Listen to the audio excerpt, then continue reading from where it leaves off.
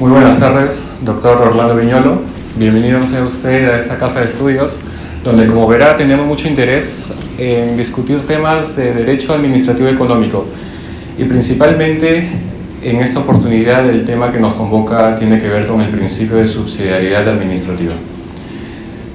Para los que lo conocemos, sabemos que usted ha estudiado a profundidad el principio de subsidiariedad. Este es un tema que le ha valido la tesis doctoral con la máxima calificación en la Universidad de Zaragoza.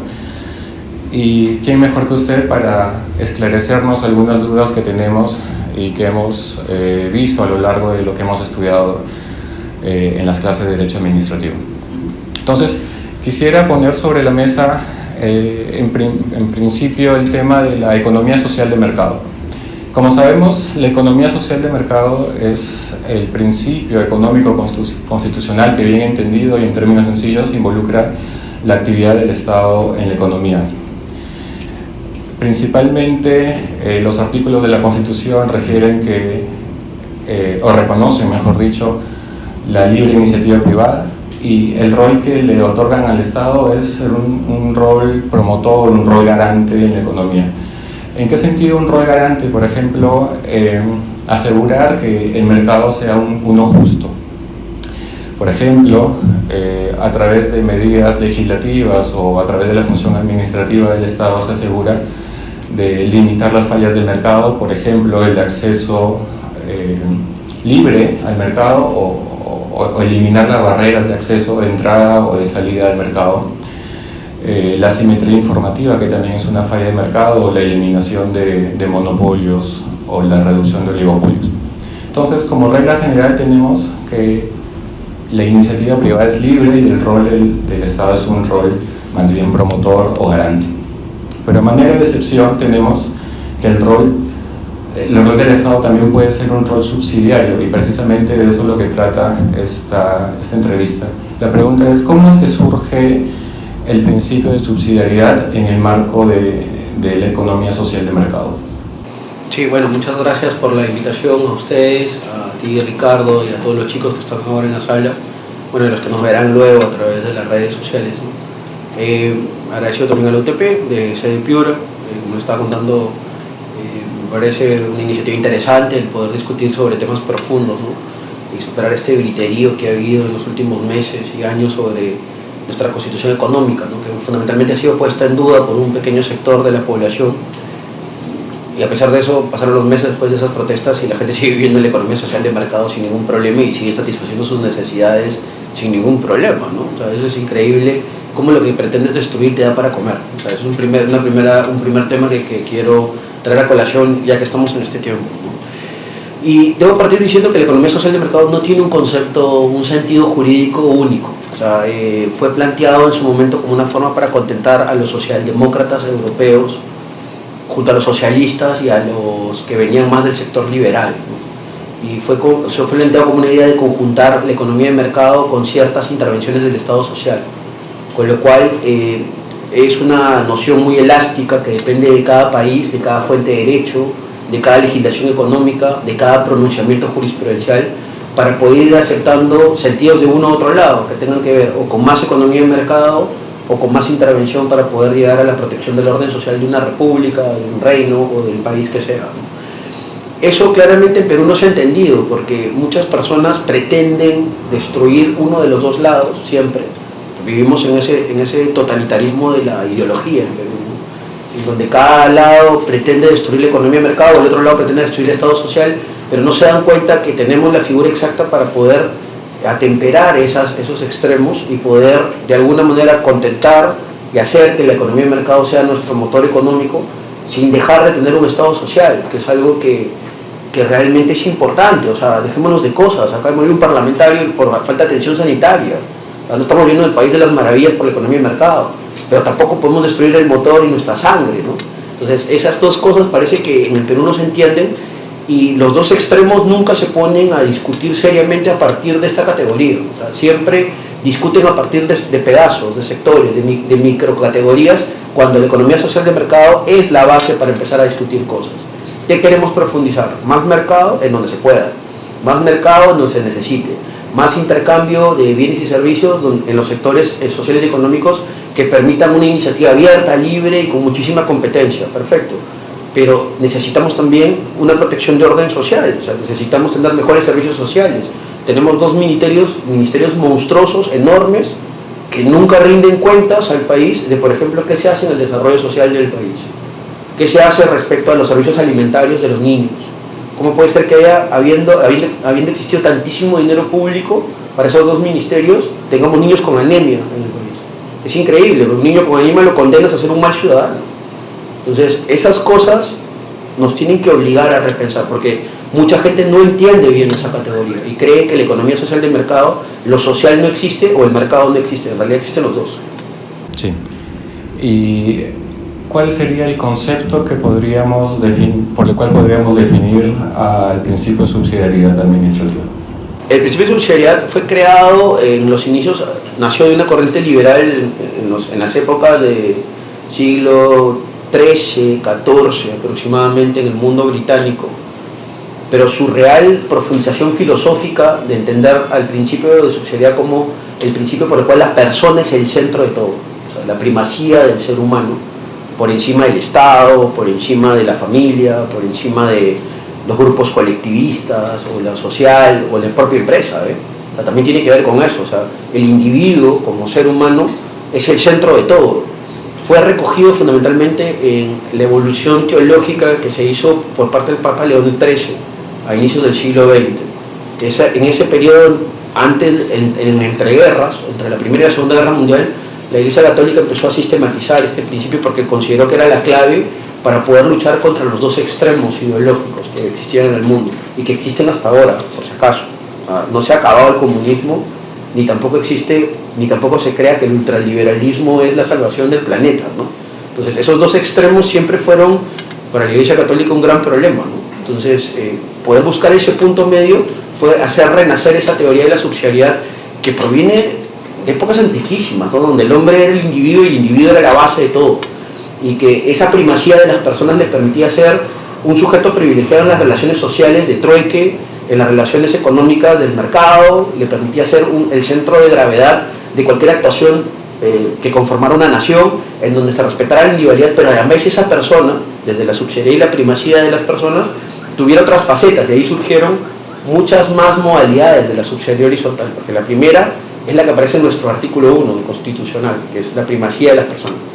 Pero ya ya cuando empezó a avanzar la intervención de la administración en la economía y en los sectores prestacionales sobre todo, muchos se dieron cuenta que la subsidiariedad implica también un cierto grado de colaboración del individuo con el poder público para juntos poder lograr el bienestar común.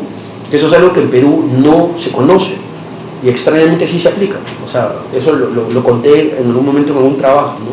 Mucha gente desconoce, por ejemplo, los emprendimientos privados y públicos que hay de manera institucional en temas educativos, como los colegios Fe y Alegría, por ejemplo, en donde la administración pública coloca y paga plazas de profesores públicos y la orden religiosa que lleva estos colegios, que es privada, coloca los establecimientos y los gestiona. Y conjuntamente han logrado establecer un servicio educativo de primer nivel, o sea, de muy alto nivel, y ha formado un montón de gente a partir de ese impulso. Entonces, eso es también subsidiariedad. Es esa subsidiariedad colaborativa que a veces olvidamos, ¿no? Porque vemos al mercado como un enemigo y el poder público, la administración, se ve también como enemigo del mercado y se les coloca en posición contrapuesta. Y eso es justamente lo que la subsidiariedad intenta disolver. Es una subsidiariedad colaborativa. Y la tercera variante es la que aparece en el 60 de la Constitución, que es la subsidiariedad reactiva. Es decir, la subsidiariedad que dice, oye Estado, tú tienes un espacio hasta dónde llegar. Ese espacio hasta dónde llegar es respetando el protagonismo de los particulares en la economía y lo social. Si tú quieres intervenir, siempre tendrás que hacerlo por detrás del particular. Y eso se aplica para todo, ¿eh? Solo si el particular no hace la actividad y se le necesita tú, por tu garantía que habías señalado, tienes que intervenir para poder prestarla por completo. Solo si el particular abandona un sector en donde hay usuarios, consumidores o lo que sea, tu administración pública tienes que estar. Pero eso no significa que al estar fuera de la actividad prestacional principal, tú no tengas que hacer un montón de cosas. Tienes que hacer un montón de cosas. que tienen que ver básicamente con la policía administrativa, con el poder sancionador, con las posibilidades de reglamentar y legislar, que son temas que jamás van a poder ser abandonados por la administración. Por eso están mal aquellos profesores peruanos que dicen el Estado no debe existir. Sí, claro, no debe existir el día que inventemos algo que reemplace a los poderes públicos.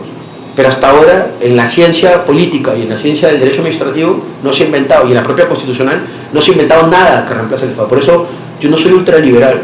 Muchos me tildaron cuando saqué esa tesis de liberal extremo, y yo no soy ultraliberal extremo. Yo creo en una administración pública seria, profesional, que haga todos esos papeles relevantes que tengan que hacerse detrás de la subsidiariedad horizontal reactiva. Profesor, doctor, buenas tardes. Bienvenido nuevamente a nuestra casa de estudios. Mi nombre es María Guzmán. Bueno, considerando la conceptualización que nos da respecto al principio de subsidiariedad, ¿usted considera que este principio es propio del derecho administrativo o se puede vincular al derecho constitucional? Bueno, la verdad es que el administrativo es más viejo que el constitucional, debo decirlo. O sea, eso yo había me he ido concientizando poco a poco, cuando uno ya va tomando canas, ¿no? O sea, ya uno va ganando años y te vas dando cuenta después de lecturas que el constitucional nació mucho después, ¿no? Y en realidad lo que ahora se intenta constitucionalizar todo, eso ya antes el administrativo lo había hecho, ¿no? O sea, y por ejemplo, la subsidiariedad claramente tuvo un enorme papel, no en la vertiente horizontal, pero sí en la vertical, que es el tema territorial, desde el siglo XIX, cuando el constitucional ni siquiera existía, porque la constitución es un invento más bien moderno, un invento del siglo XX prácticamente, a pesar de que Hackanson habla de la idea de Juan sin tierra y todo esto, pero eso era en algunos países, ¿no? Pero la generalización de la constitución es bien entrado del siglo XX.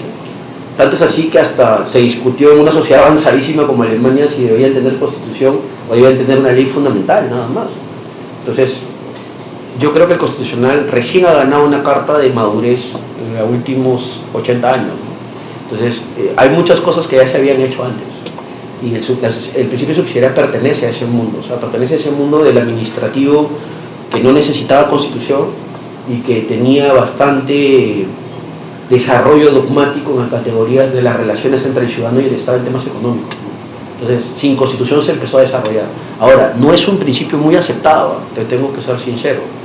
En Latinoamérica hay muy pocos países que en sus constituciones han aceptado ese principio. Y en Europa, la Europa de la socialdemocracia, la subsidiariedad es muy mal vista. Pero prefieren la coiniciativa, o sea, que tengan doble iniciativa tanto el particular como el Estado y que los pone en pie de igualdad, ¿no? Sin un protagonismo del particular.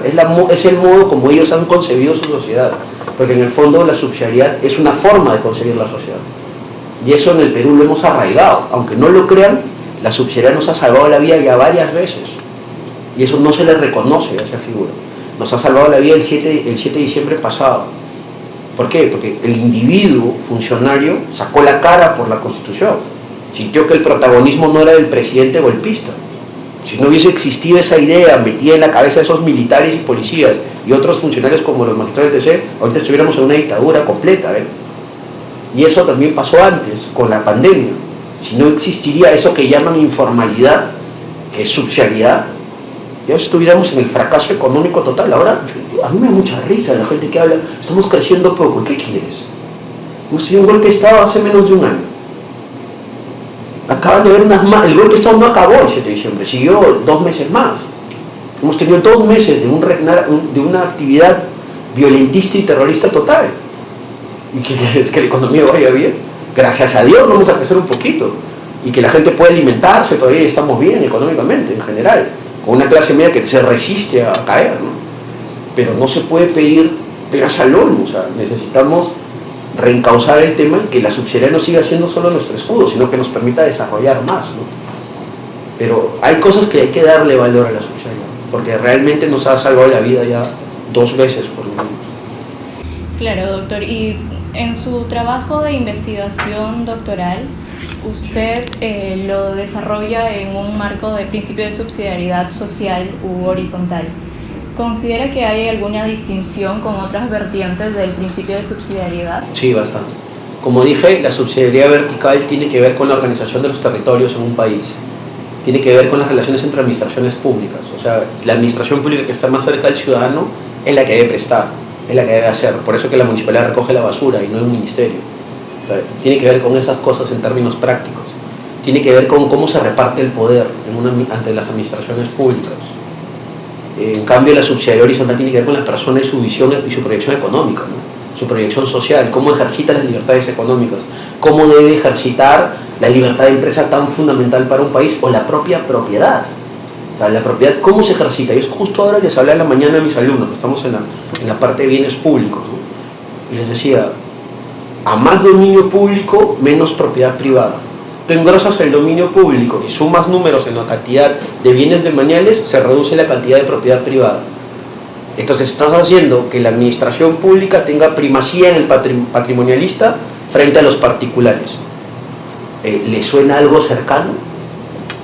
Venezuela. En Venezuela los factores de propiedad, los factores de producción son todos del Estado. O sea, el dominio público ha crecido a tal magnitud que casi no hay espacio para la propiedad privada. Entonces hay un tema que se puede extraer de la subsidiariedad aplicada sobre los bienes públicos. Los bienes públicos tienen que tener una armonía y equilibrio con la propiedad privada. No puede haber más bienes públicos que casi hagan desaparecer este derecho constitucional. Sí. Doctor, ¿cómo a partir de la aplicación del principio de subsidiariedad surgen nuevas formas de organización jurídico-administrativas? Sí, o sea, lo que ha hecho la subsidiariedad es potenciar sobre todo las administraciones públicas que ejercitan potestades de policía administrativa. Eso es lo que ha hecho en los últimos 30 y pico de años que está vigente en Perú. ¿Qué ha hecho? Han hecho surgir las superintendencias de fiscalización, ha hecho surgir las grandes administraciones públicas supervisoras de actividades, los reguladores, que no terminan de ser tan independientes como se consideran a sí mismos, ¿no? Ha hecho nacer mucho los temas de fiscalización a posteriori, que es una potestad que es ejercitada ahora por ciertas administraciones como el OEFA, ¿no? Ha hecho surgir también una gran cantidad de administraciones públicas que se dedican sobre todo a normar, y eso me parece un poco extraño, ¿no? Porque antes eso lo hacían los ministerios, pero ahora se ha utilizado mucho la técnica de los organismos públicos para hacer surgir nuevas administraciones que solo se dedican a reglamentar leyes.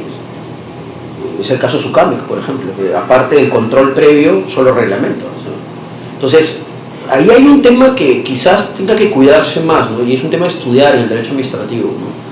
Si la liberalización decía que iba a generar que la administración pública reduzca los números que tenía, pues eso en la actualidad no es real.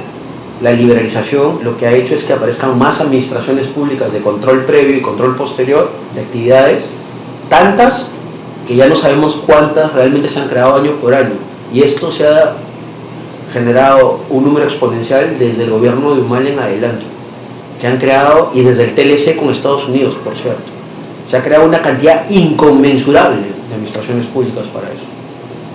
Casi uno revisa el glosario y las normas que hay de presidencia y Consejo de Ministros, y yo podría decirte que se han duplicado los números a los años 2000. Eso es delicado, es grave, y los números no mienten. Hay datos de la Dirección Nacional de Presupuesto Público que hablan que en Perú se paga 1.500 millones de soles por año más en planillas públicas. Algo está mal, ¿no? O sea, que no ha fallado ahí la subsidiariedad, lo que ha fallado es el poder fundacional del legislador. Hemos creado mucha administración pública, tenemos que reducir sus números o fusionarlos. Yo, por ejemplo, hace años vengo diciendo un tema central.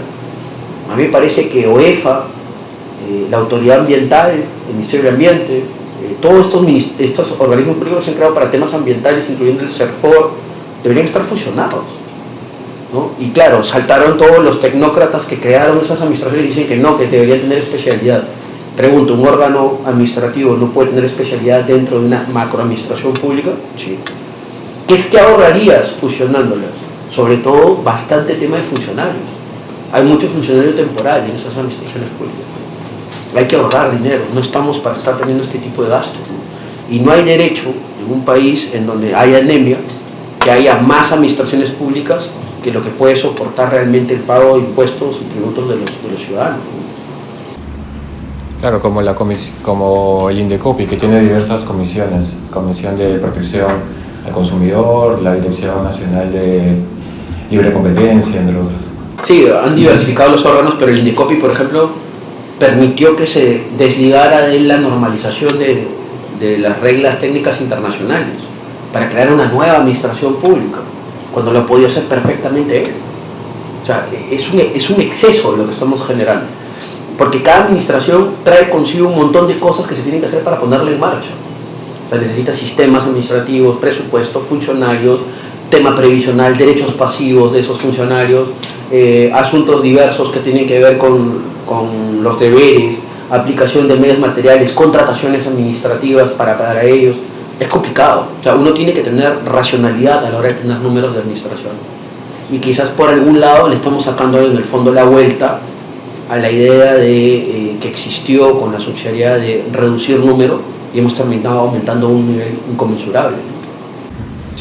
Doctor, y con respecto, justamente menciona esta intervención que tiene el Estado en la economía, en el mercado, ¿qué requisitos considera de materiales y de forma que deberían considerarse dentro de esta intervención subsidiaria que tiene el Estado en la economía? Bueno, un primer tema que no se debe abandonar jamás es la reserva de ley que plantea la Constitución, ¿no? Esto habla de que entonces el único que puede habilitar a que la administración pública preste como operador de mercado dentro de un sector económico es una ley del Parlamento, una ley debidamente aprobada, que además tiene que tener una serie de requisitos, como por ejemplo la justificación. O sea, ahora a la hora de justificar la emisión de una ley para que sea constitucionalmente válida. Y por tanto, la empresa pública además, luego de crear el propio legislador, viendo los fenómenos como Petroperú, etcétera, que están acá en Piura, por cierto, Petroperú, tiene que manejarse como un verdadero operador de mercado. O sea, tiene que estar sometido a los riesgos del mercado, tiene que estar sometido al gobierno corporativo, a la ética empresarial, no puede estar sometido a vaivenes políticos. Cuando tú introduces la política de diario y menuda a las empresas públicas, las matas. Y lo que ha pasado a Petroperú es justamente eso. Ya esa empresa está pronta a desaparecer. Por más que los números no mienten, la contabilidad no miente, o sea, el hueco económico que hay ahí no miente, y si el Estado no te va a dar dinero y tus acreedores te van a tosigar y a cuchillar, es evidente que vas a terminar muy mal. Entonces, eso también tiene que estar en esa ley autoritativa. Y después de eso, siempre se tiene que utilizar los fenómenos de gerencialización en las empresas públicas. O sea, el legislador tiene que obligar a que esa empresa sea manejada de una manera empresarial. Tiene que producir bienes y servicios en el mercado sin perder dinero público, sin perder fondos públicos. Y además tiene que tener nivel competitivo para entrar en operaciones con otros operadores del mercado que son fundamentales. Yo te pongo un solo ejemplo. ¿Por qué el CIMA y la Marina no quiebran? ¿Ustedes han oído hablar algo malo del CIMA y la Marina? Empresa pública militar. Jamás. ¿Y de Petroperú? Todo. Hay algo malo, ¿no? Hay diferencias. Sí, y precisamente, de acuerdo a lo que nos comenta, ¿cuáles serían los mecanismos de control para la actividad subsidiaria del Estado? ¿Cómo es que se El guardián de ese control siempre es el Tribunal Constitucional y los jueces. O sea, el guardián no es verdaderamente el INDECOPI. El INDECOPI, aunque parezca, sea mediático, sus órganos resolutivos, somos órganos administrativos, ¿no? Yo formo parte del INDECOPI de alguna manera, ¿no? Soy parte del INDECOPI. En las sesiones, ¿no? Luego ya paso a mis claustros universitarios, pero el INDECOPI no es más que una administración pública, ¿no? O sea, el verdadero guardián de la sociedad es el juez constitucional, ¿no? El juez del Tribunal Constitucional, que es el que tiene que velar a través de las resoluciones que haga contra leyes que agredan la subsidiariedad o contra actuaciones que agredan la subsidiariedad, pues expulsarlas del ordenamiento para hacer surgir ese principio que yo lo catalogué en algún momento como el principio general uno de los grandes principios generales de derecho, y es quizás uno de los grandes aportes que ha hecho el derecho peruano al mundo occidental, porque es el único país que ha aplicado así la subsidiariedad. Y aunque no crean, la gente pregunta por qué el Perú es como es, por qué no muere el Perú. Es por la subsidiariedad, en serio. O sea, la gente no entiende eso. Pero cuando tú le explicas a un extranjero, ¿y por qué la informalidad? ¿Y por qué no lucha contra el final? Tú no puedes luchar contra tu esencia.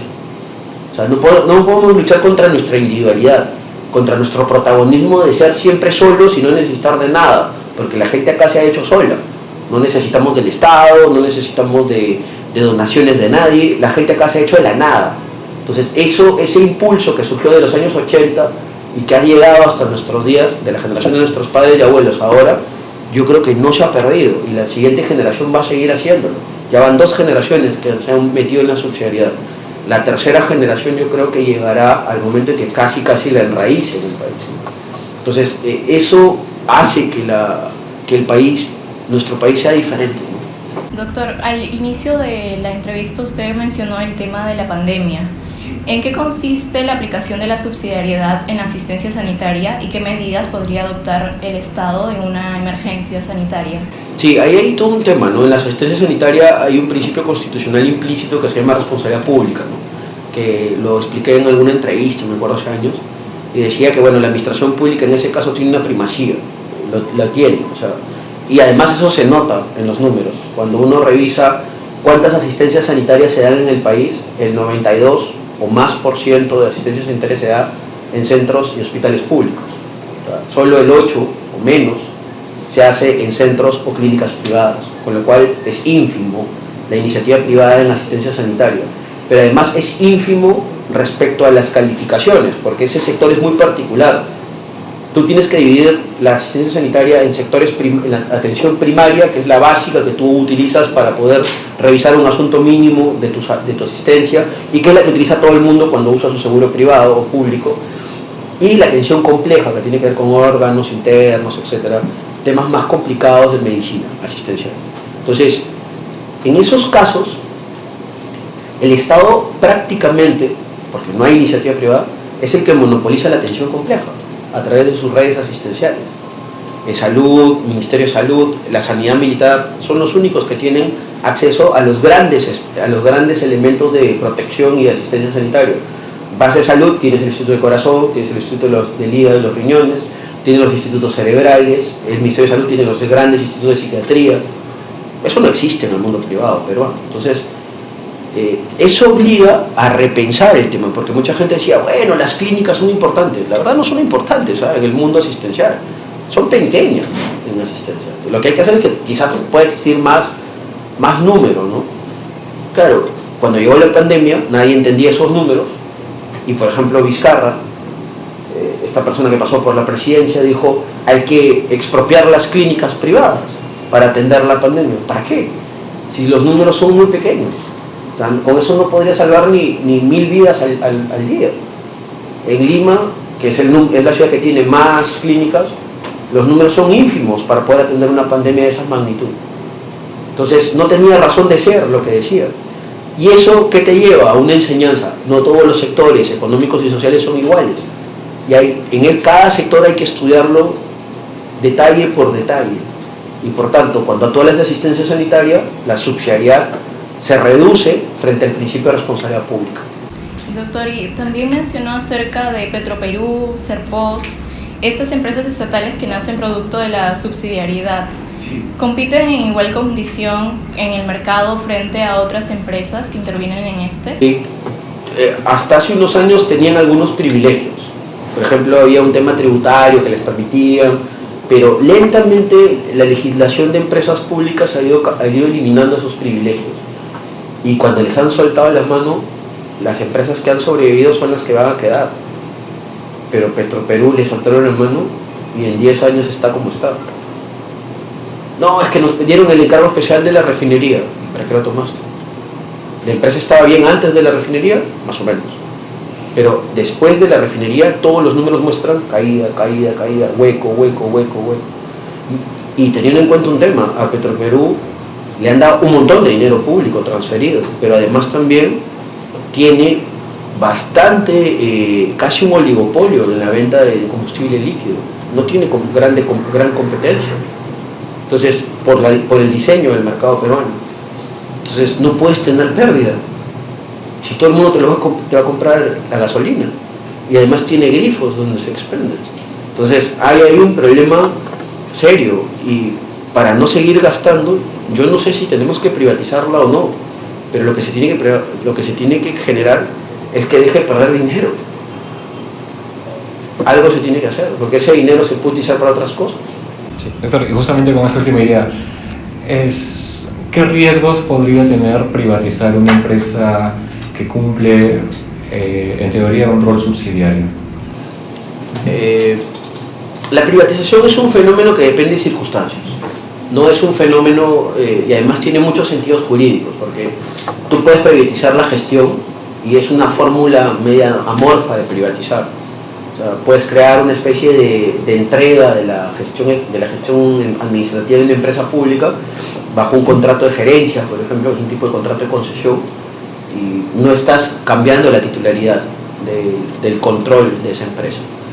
La verdadera privatización es aquella que cambia el control de la empresa, o sea, es decir, pasa de manos estatales a manos privadas, sin que el Estado pueda tener ningún mecanismo de control sobre esa empresa pública, ni siquiera las golden ship, o sea, estas ideas de acciones oro, ¿no?, que se reservarían en algunos casos para poder el Estado tener, por ejemplo, la posibilidad de disposición final. Cuando cambia eso, sí es verdadera privatización. Cuando cambia la titularidad y el control, es verdadera privatización. Entonces, en esos casos, que pueden ser circunstanciales, ¿no?, la administración pública puede decidir deshacerse de la titularidad de la empresa a cambio de un dinero que le pueda servir para resarcir temas. El problema está cuándo vender. Es como el mercado. Si tú sales a vender ahorita Petroperú, quizás no te paguen ni siquiera el precio mínimo para poder afrontar la refinería por los bonos estatales que se han colocado. Entonces hay que saber también cuándo se privatiza.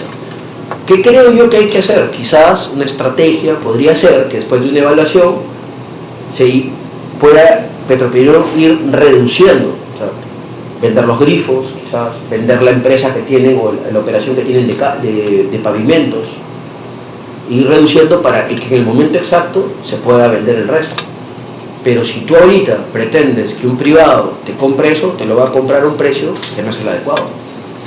Quizás también vender el edificio de Lima puede ser un elemento interesante, porque está en una zona muy interesante de San Isidro, ¿no? O sea, hay que buscar una estrategia. Sí. Doctor, y para concluir con la última pregunta, ¿qué oportunidades de mejora usted cree que hay en cuanto al principio de subsidiariedad? Usted que lo ha estudiado, digamos, comparándolo con una visión española también en su tesis. Hay que enseñar a los niños, hay que enseñarle a respetar esa figura, que es la que le debe comer a sus padres y a sus abuelos. Hay que hacerle entender a la gente que tiene que tener lealtad con la subsidiariedad. Ya nos salvó 2 veces, pero la gente es muy desleal. Quiere agredir la subsidiariedad como si fuera algo malo, cuando ha salvado 2 generaciones de peruanos. La salvó del hambre de los años 80, nos ha salvado de la pandemia, nos ha salvado la economía y nos ha salvado la constitución y el modelo ahorita, ¿no? Porque la subsidiariedad enraizada en esos funcionarios, como dije, fue lo que permitió que reaccionaran ante un golpe de Estado en ciernes, que por cierto, como dije también, no se acabó el 7 de diciembre. Entonces, todo eso nos obliga a que el gran tema de nosotros es enseñarle a la gente. O sea, hay que enseñarle que este modelo nos va a permitir salir adelante. El modelo con la subsidiariedad nos ha permitido bajar la pobreza. Ahora lo que nos toca hacer es ir al primer mundo. Para ir al primer mundo la haremos a la peruana. O sea, con iniciativa privada, mezclado con un Estado social fuerte atrás, con algunas reformas, pero claro, no hay estos cantos de sirena, ¿no? Porque a mí me da mucha rabia estos tecnócratas que abundan en Lima, que hablan de la reformitis, ¿no? Y cuando le preguntas en el fondo del asunto qué es la gran reforma, nunca te saben decir, no, que se debe fusionar ministerios, no, que se debe reducir el Estado, no, concretamente. Y yo creo que la gran reforma que nos tiene que llevar al primer mundo es la función pública profesional. Esa es la gran reforma para el país que nos toca vivir los próximos años. Gracias por su aporte, de verdad nos ayuda bastante en nuestro aprendizaje, y también agradecerle por su participación en lo que esperamos sea un ciclo de entrevistas de Derecho Administrativo y poder crecer dentro de esta rama. Muchas gracias, doctor Orlando, Gracias por su participación.